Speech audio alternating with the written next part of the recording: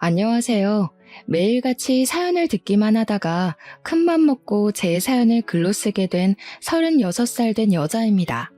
저도 제가 이곳을 찾아와 이야기만 듣고 가기만 반복했지, 제가 제 이야기를 여러분께 소개하게 될 거라고는 상상도 하지 못했습니다. 사실 저는 그동안 제가 참고 살면 된다고 생각을 하고 다른 분들의 용기 있는 결심을 응원하기만 했었는데요. 이제는 제가 그 응원을 전해받아야 할 시간인 것 같습니다.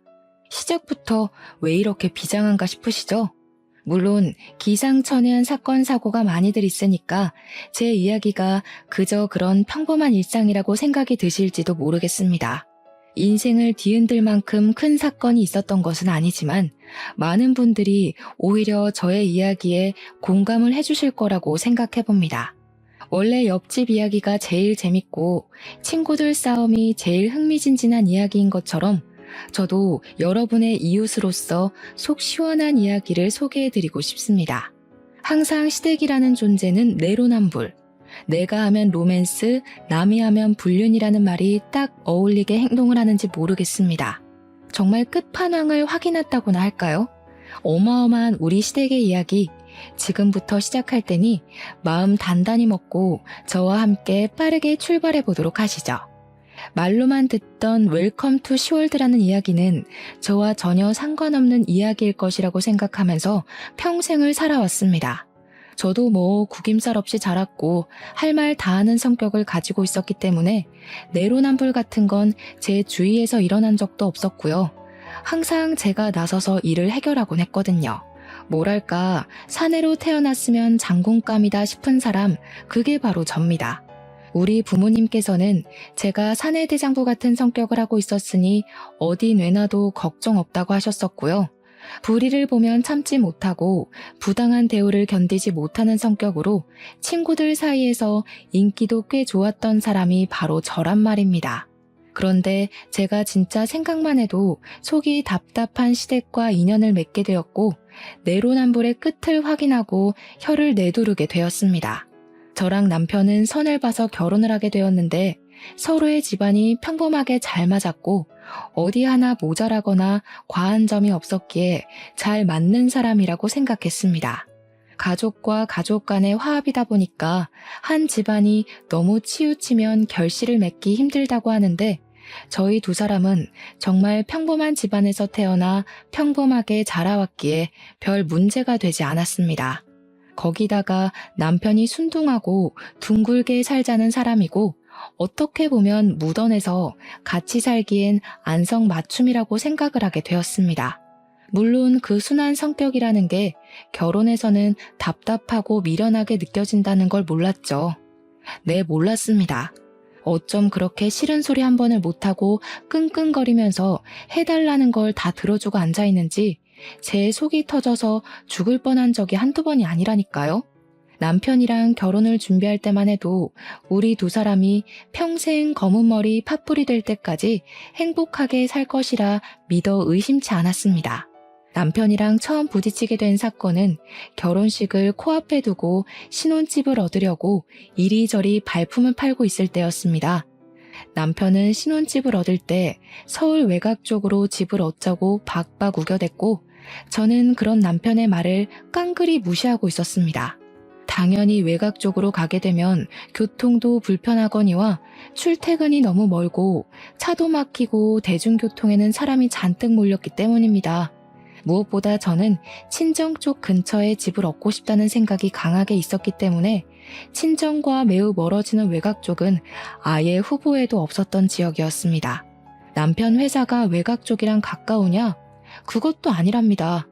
오히려 남편 회사는 저희 회사와 더 가까웠기 때문에 외곽으로 나가면 남편 또한 억수로 거리가 멀어지는 건 똑같았습니다.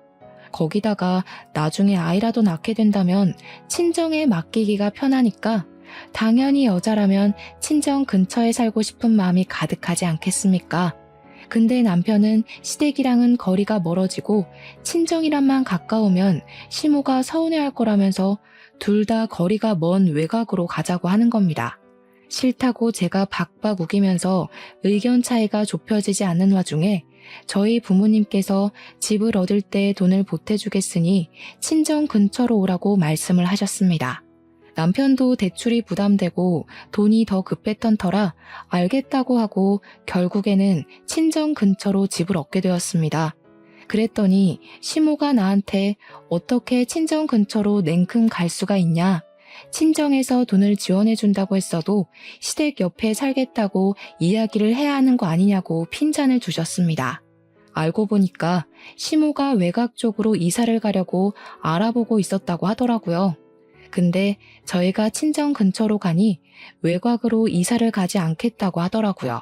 신혼집을 그쪽으로 얻었으면 남편과 시모의 농간에 제대로 놀아날 뻔했던 것이었습니다. 친정집은 지금 시댁이 사는 동네보다 집값이 더 비쌌거든요. 재개발해서 아파트도 전부 새 것이었고요. 저는 뒤통수를 맞은 느낌이 드는 걸 지울 수 없었지만 결과적으로 일이 벌어진 건 아니어서 참았습니다. 남편에게는 누나, 그러니까 손이 신우가 하나 있었는데 저와 남편이 결혼을 하기 전에 신우가 이혼을 한 번 하고 애 딸린 남자와 재혼을 한 상태였습니다.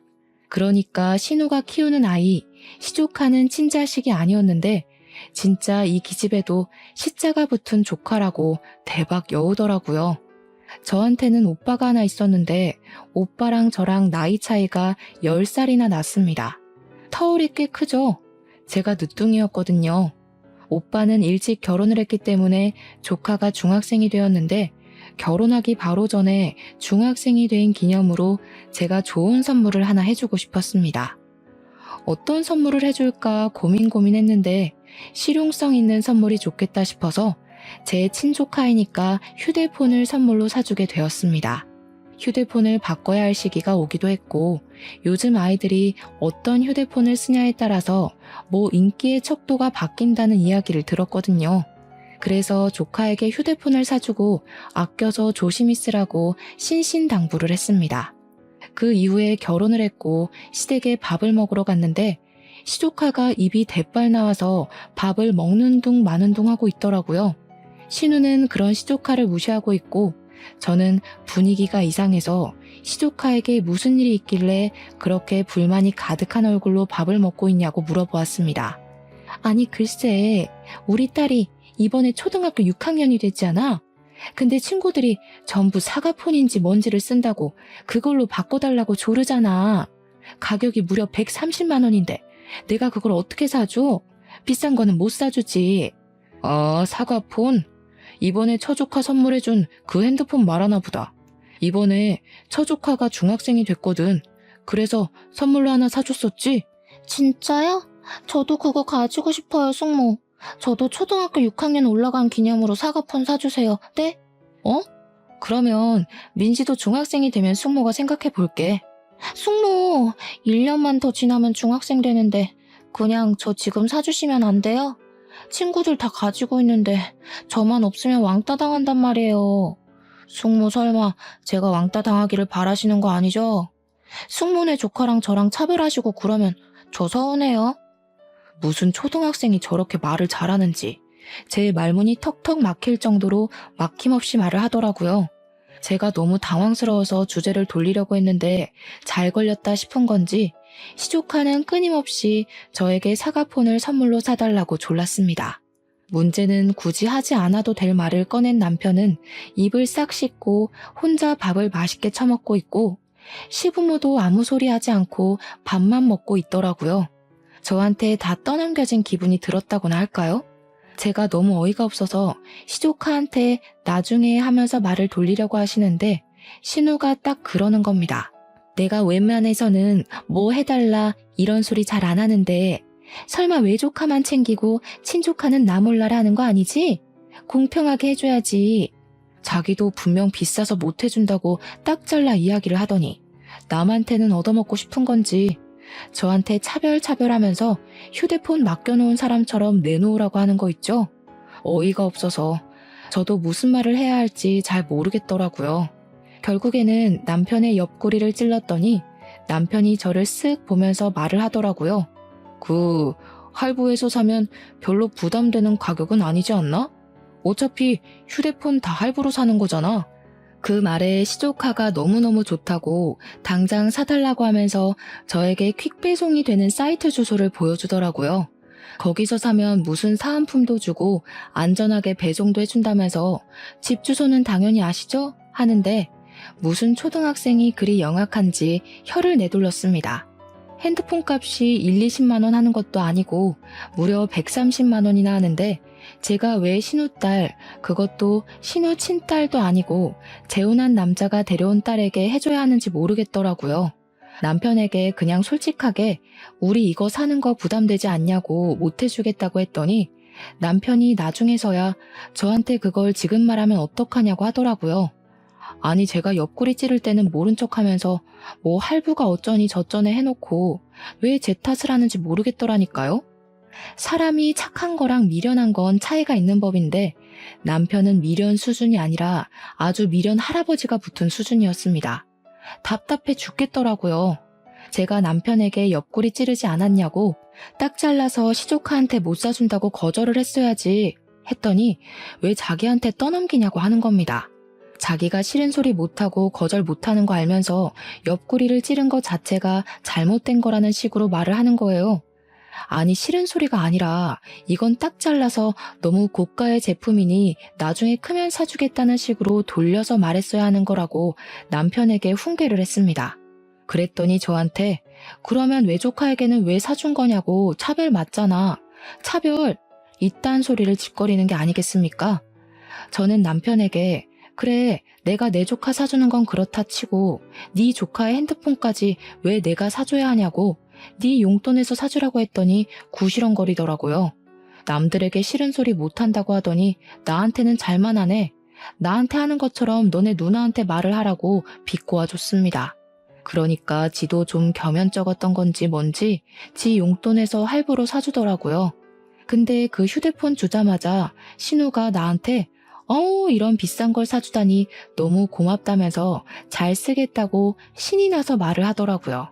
그도 그냥 씩 웃으면서 아니라고 그거 남편이 조카 사주겠다고 자기 용돈으로 사준 거라고 했더니 신우가 갑자기 입을 합 다물더라고요. 자기 동생이 산 게 맞냐면서 아니 올케는 뭐하고 내 동생이 이걸 사? 하면서 뾰족하게 나를 세워서 이야기를 하는 게 아니겠습니까? 진짜 어이가 없어서. 그러니까 공짜로 선물 받고 싶은데 자기 가족이 아니라 저에게 받고 싶었던 것입니다. 굳이 저를 고집하는 이유가 뭐겠습니까? 제 동생 돈은 아깝고 제 돈은 안 아깝다 이거죠. 그래서 신우에게 너 돈 내 돈이 어디 있는 거냐고 부부니까 다 같이 쓰는 거라고 각자 자기 조카 챙기면 서로 정도 싹 두고 좋지 않겠냐고 말했습니다. 신우가 저에게 완전 정색을 하고 알겠다고 한마디 딱 하더니 시모에게 가서 치사하게 싹 다 잃은 거 있죠? 진짜 입도 어찌나 가벼운지. 시모가 저한테 전화를 해서는 우리 아들이 용돈 받아서 쓰는 것도 화가 나서 죽겠는데 그 돈 쪼개서 애 휴대폰을 사주는 게 말이 되냐고 하더라고요. 무려 130만 원짜리를 용돈에서 어떻게 사주냐고 우리 아들은 굴무라는 거냐면서 막 화를 내는 거예요 글쎄. 시모에게도 도대체 뭐가 문제냐고 나는 내 조카 챙기고 남편은 자기 조카 챙긴 건데 서로 조카들 챙기고 사이 좋아 보이잖아요 하면서 시모 속을 더 뒤집어 놨습니다. 시모가 저한테 뭐라는 줄 아세요? 어쩜 그리 반반 딱 나누려고 하냐면서 저한테 네 용돈으로 사주면 되지 하는 겁니다. 저도 웃으면서 제가 왜요? 하고 말을 했더니 시모가 저한테 말을 싹 수 없게 해서 열이 받아서 더는 통화 못하겠다고 전화를 끊어버리더라고요. 그러고는 남편한테 전화를 해가지고 우리 아들 불쌍해서 어쩌니 용돈 받아 쓰는 것도 마음 아파 죽겠는데 130만 원 할부금을 무슨 수로 갚니 했나 보더라고요. 남편이 저한테 와서는 도대체 시모한테 무슨 소리를 어떻게 했길래 직접 전화가 와서 자기한테 곡소리를 내냐고 하더라고요. 제가 뭘 어쨌다고 곡소리를 낸다는 건지 저도 궁금하긴 하더라고요. 뭐 남편한테는 어쩌긴 뭘 어쩌겠냐고 그냥 할 말을 한 것뿐이라고 이러나 저러나 틀린 말 한 건 하나도 없으니까 저한테 그 부분으로 더 이상 말 걸지 말라고 했습니다. 남편이 저한테 자기 엄마가 마음이 여리고 상처가 많은 사람이라며 말을 앞으로 조심하라는 식으로 충고를 하는 게 아니겠습니까? 어른한테 고분고분하게 굴 줄도 알아야지 너무한 거 아니냐고 구시렁거리더라고요. 아니 싫은 소리 못한다는 사람이 왜 저한테는 그리 쉽게 잘만 하는지, 이런 사람을 평생 믿고 살아도 괜찮은 건지 헷갈리더라고요. 시모는 그 뒤로도 저희 집 살림에 엄청나게 간섭을 하기 시작했습니다. 치가 떨려서 시모 전화를 받고 싶지 않을 정도였어요. 우리 아들로 시작된 전화는 결국 너는 애가 그거 하나 신경을 못 쓰니? 하는 말로 끝나곤 했거든요. 저에게 전화를 해서는 우리 아들이 겉절이를 좋아하니까 일주일에 한 번씩 배추를 절여다가 겉절이를 해서 먹이라는 소리. 제철 나물은 꼭 먹어줘야 몸이 튼튼해지는 거니까 이번에는 시금치를 데쳐라, 이번에는 냉이를 무쳐라 하는 소리.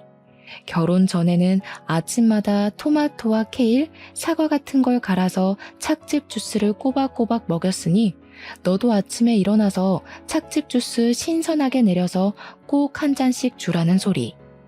영양제를 매일 챙겨주지 않으면 까먹고 먹지를 않으니까 알람 맞춰놓고 하나씩 먹여야 한다. 비타민이랑 칼슘은 시간차를 두고 먹여라 하는 소리. 아니 무슨 우리 남편은 알람도 못 맞추는 바보입니까? 왜 그거를 일일이 저한테 하라고 시키는 건지 정신 나가는 줄 알았습니다. 남편이 아니라 애를 키우는 기분이 드는데 제가 남편에게 제철마다 꼭 나물을 먹어야 하는 거냐, 착즙 주스 마시는 걸 좋아하냐 물어봤죠. 그랬더니 해주면 좋지 하면서 뭉뚱그려 말을 하길래 결국에는 반찬 가게에서 사다가 나물 반찬을 주었습니다. 남편이 언제 이걸 다 했어 하면서 좋아하길래 반찬 가게에서 사온 거라고 솔직하게 말을 했거든요.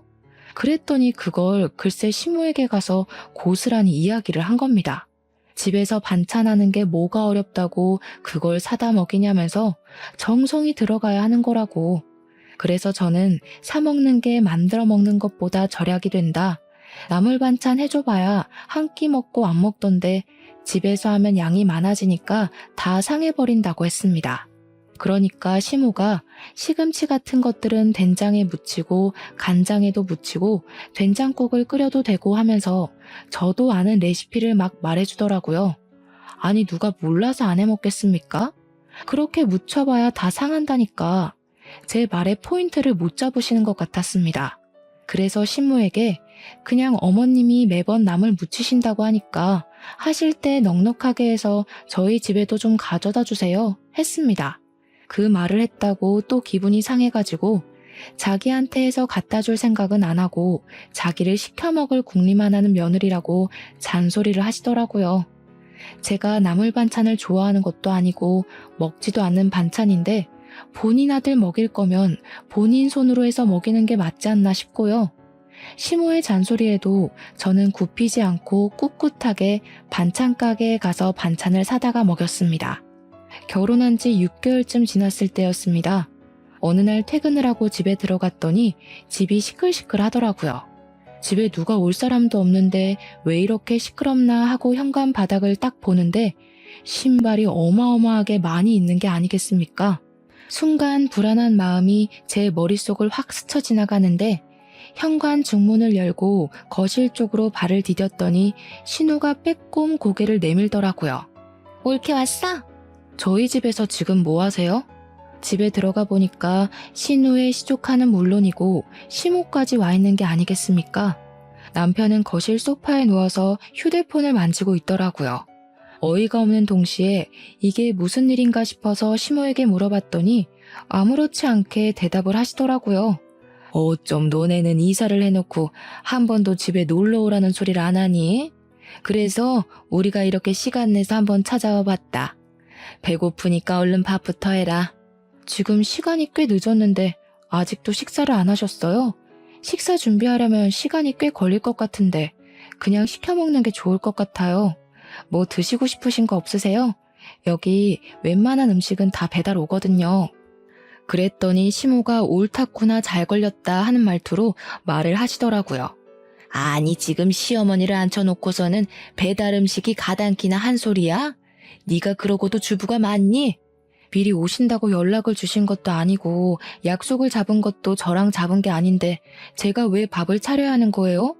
재료도 없고 집에 먹을 것도 없어요. 아니 옳게.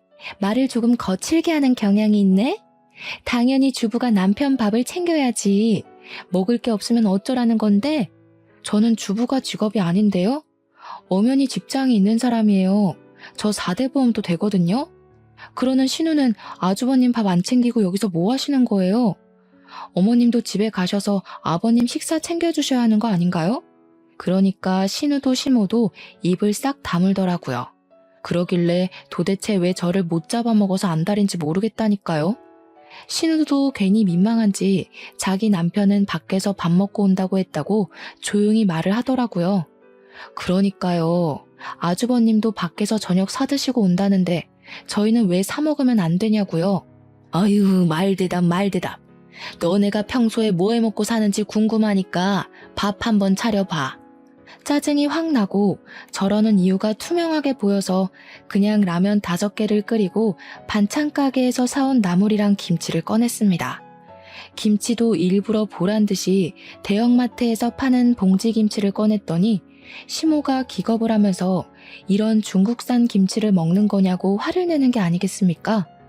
대기업 마크가 떡하니 찍혀 있는데 중국산은 무슨 얼어 죽을 중국산이라는 건지.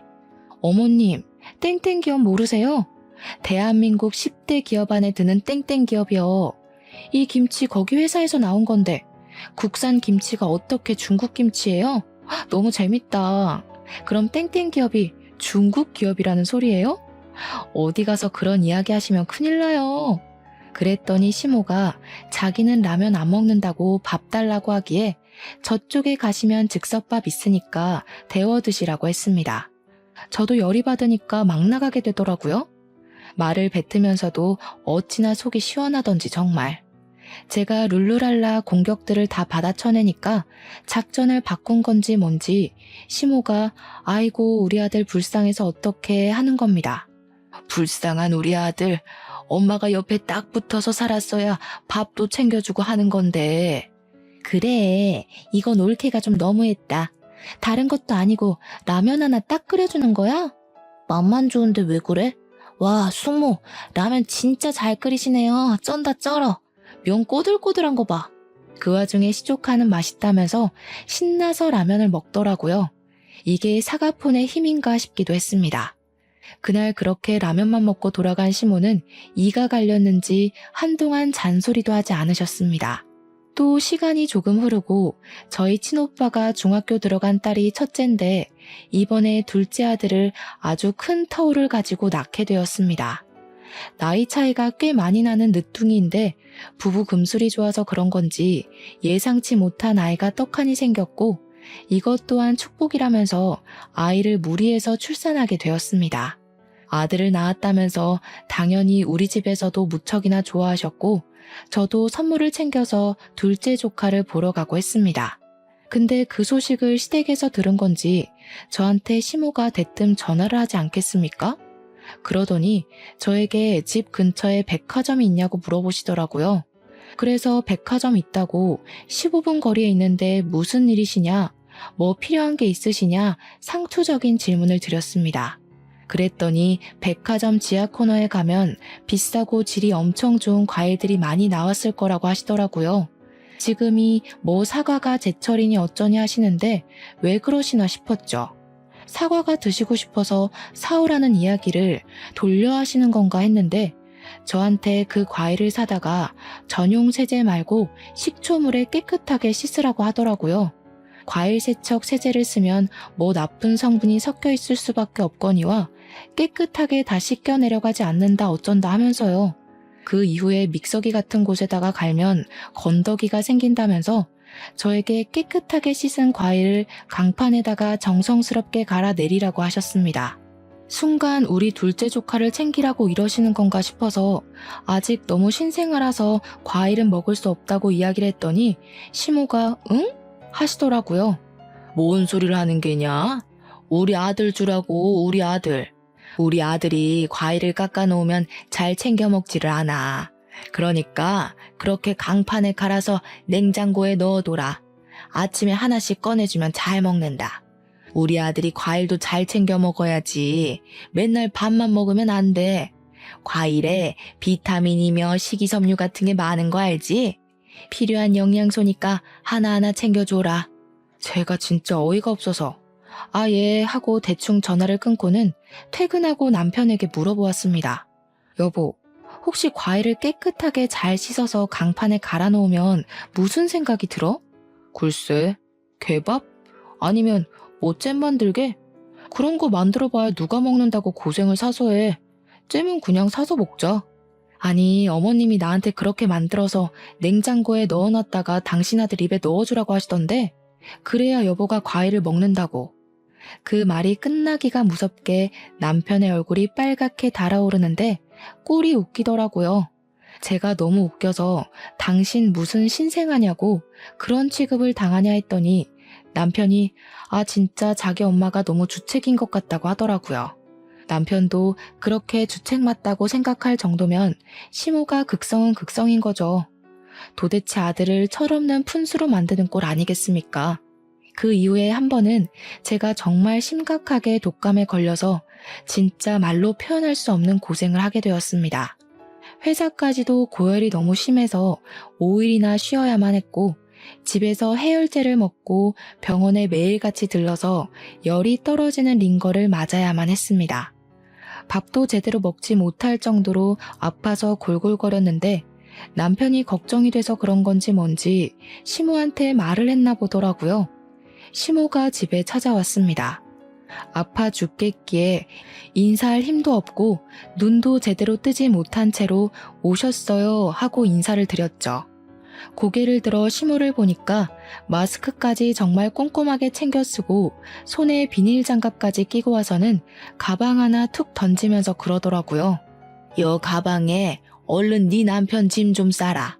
속옷부터 시작해서 출퇴근하면서 입을 옷까지 싹 담아. 저는 영문을 모르겠고 몸이 너무 아파서 뭘 할 수가 없는 상태라 왜 그러시냐고 물어보았습니다. 예, 우리 아들이 감기라도 옮으면 어떡하니? 너는 생각이 있는 거니 없는 거니?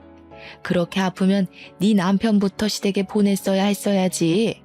아픈 것도 서러워 죽겠는데 저한테 저런 소리를 하니까 짜증도 나고 속상하기도 하고 그러더라고요. 무슨 사춘기 소녀인 것 마냥 기분이 나빠져서 획 토라져 말을 했습니다. 어머님, 저 진짜 손 하나 까딱할 힘이 없어요. 그냥 남편 보고 챙겨서 가라고 그럴게요. 그러고는 그냥 방에 들어왔습니다.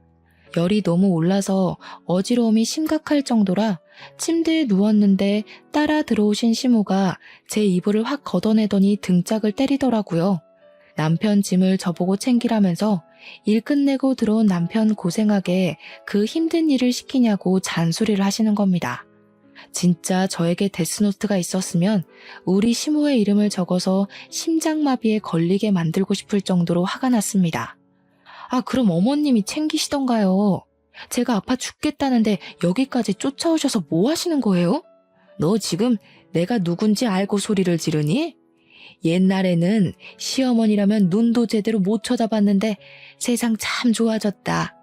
그러면서 제가 계속 누워있으니까 다시 한번 제 등짝을 찰싹 소리가 나게 때리시는데 제가 너무 열이 받아서 시모의 손을 확 때려버렸습니다.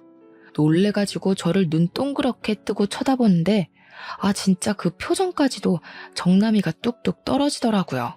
저 때리지 마시라고요. 지금 누구는 귀한 자식 아닌 줄 알아요? 너 지금 나 쳤니? 그런 거니? 친 건 어머님이고요. 저는 뿌리친 거죠. 그게 그거지. 요즘 것들은 정말 예의가 없어. 저는 그런 시모의 뒤통수에 대고 나가시라고요. 하고 이불을 머리끝까지 뒤집어 썼습니다. 나가려던 시모는 다시 돌아와서 계속 구시렁구시렁 거리시면서 우리 남편 짐을 끝까지 챙겨서 돌아가시더라고요. 설마 했는데 그날 남편은 시댁에서 자는 건지 집에 들어오지 않았습니다. 그런데 하필 가는 날이 장날이라고 그날 밤에 제가 열이 39도까지 올라가면서 쓰러지게 된 겁니다. 겨우겨우 음성인식으로 연결해서 119에 신고하고 응급차에 실려가게 되었습니다. 병원에서도 저에게 열이 39.8도였다면서 정말 위험했다고 보호자분 어디 계시냐고 묻는데 남편에게 전화를 걸었더니 왁자지껄한 소리가 들리더라고요. 시댁에서 술판이라도 벌인 건지 시무랑 신우 목소리도 들리고 남편은 저에게 술을 먹고 있다고 하더라고요.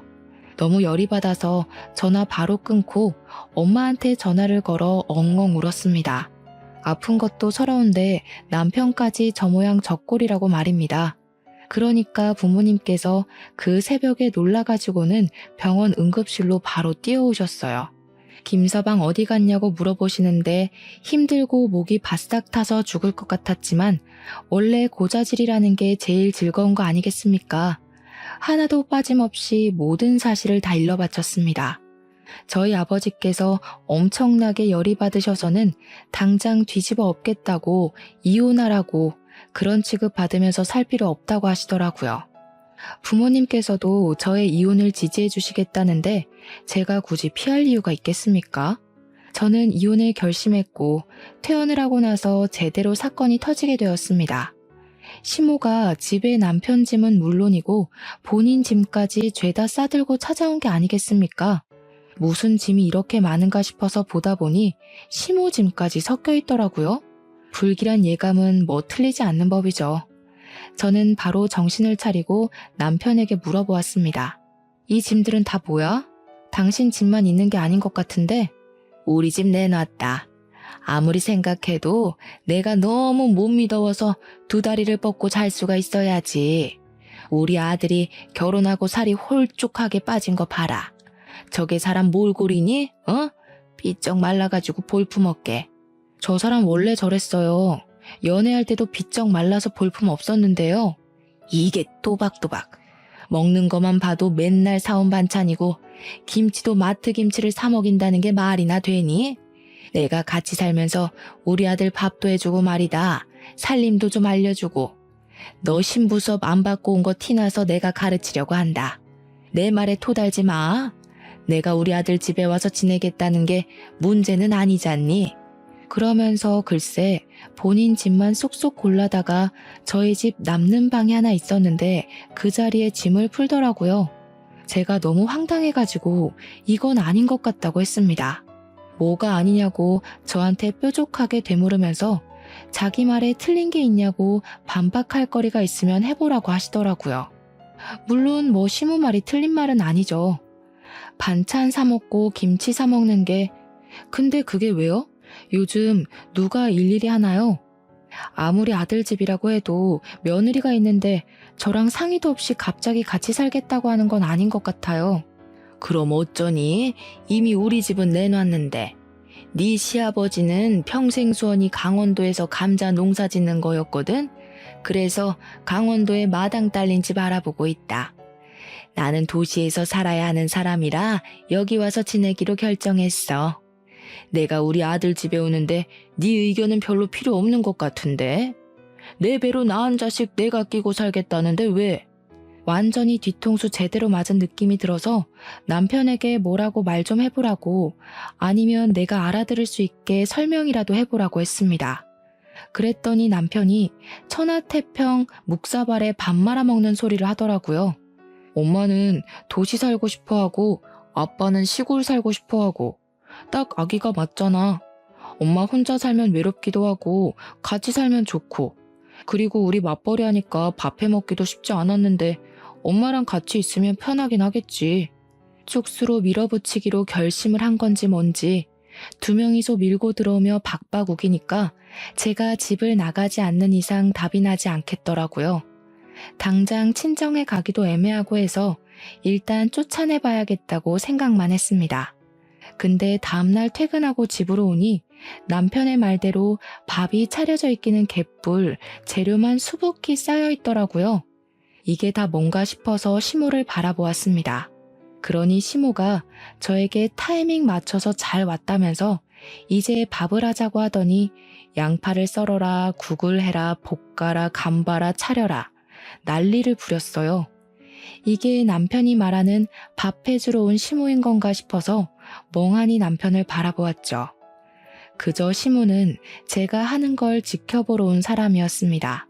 그러면서 우리 아들은 적어도 오첩밥상은 있어야 한다면서 저에게 앞으로 반찬 신경을 쓰라고 이야기를 하는 것이 아니겠습니까?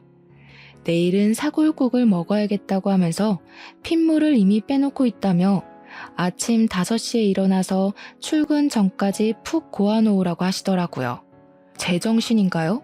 저는 출근해야 하는 사람인데 제가 당연히 못하겠다고 말을 하니까 제 등짝을 때리면서 시어머니가 시키는데 어디서 토를 다냐고 하더라고요. 일단 무시하고 잠을 잤거든요. 아침에 알람도 일부러 안 해놓고 잤는데 갑자기 5시에 시모가 안방문을 벌컥 열고 들어와서는 저를 깨우는 겁니다.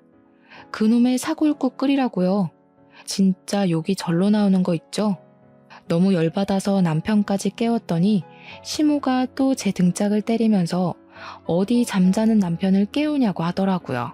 제가 그날 사골국 끓이면서 이혼을 결심했는데 이대로 쉽게 놓아주면 너무 억울하지 않겠습니까? 바로 그날 저도 친정 부모님을 호출했습니다.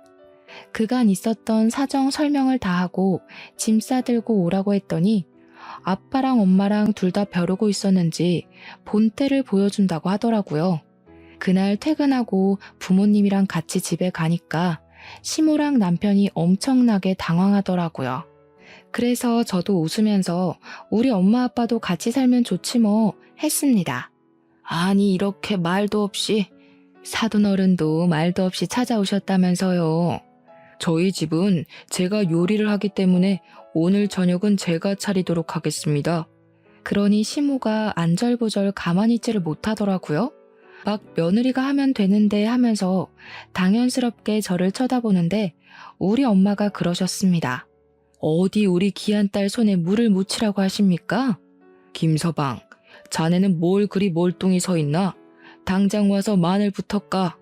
그러자 시모가 자기가 하겠다고 두 팔 걷고 나서는 거 저희 어머니께서 꾹 눌러 앉히셨습니다. 저희 어머니 팔 힘이 장사시거든요. 여자가 왜 주방에 들어갑니까? 그거 다 옛날 말이죠. 김서방, 자네가 들어와서 하게나. 남편은 TV 보면서 탱자탱자 쉬려고 했다가 저희 부모님 때문에 쉬지도 못하고 꼼짝없이 끌려서 그날 밤 내내 요리하고 설거지하고 빨래 정리를 했습니다.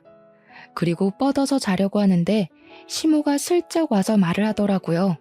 사돈댁은 언제 집에 가시니? 가긴 어딜 가세요. 저희 부모님도 집 부동산에 내놓고 오신 건데요. 시모가 부들부들 떠는데 뭐 어쩌겠습니까? 시모가 방에 들어가려고 하니까 그제야 남편이 저희 집에 남는 방이 없어서 하면서 웃더라고요.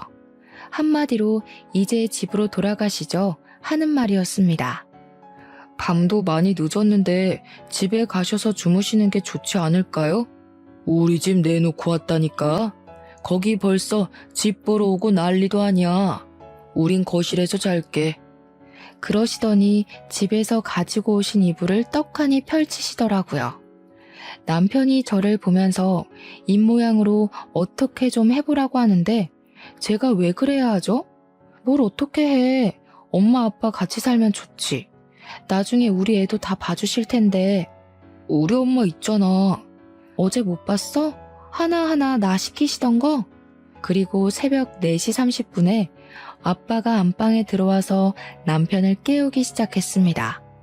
남편이 비몽사몽에 왜 그러시냐고 주말인데 하고 대꾸를 했죠. 남자가 이 시간까지 자는 게 말이 돼? 일단 나랑 나가서 운동이라도 좀 하세. 자네 놈이 일이 비실비실해서 되겠어? 이러니까 손주 소식이 없지. 눈곱도 떼지 못한 남편을 끌고 나가서 동네 산을 뛰고 오셨다더라고요. 남편이 헉헉거릴 때마다 등짝을 때리면서 뛰어, 뛰어 하셨다는데 저희 아버지 취미로 마라톤 하시는 분이시거든요.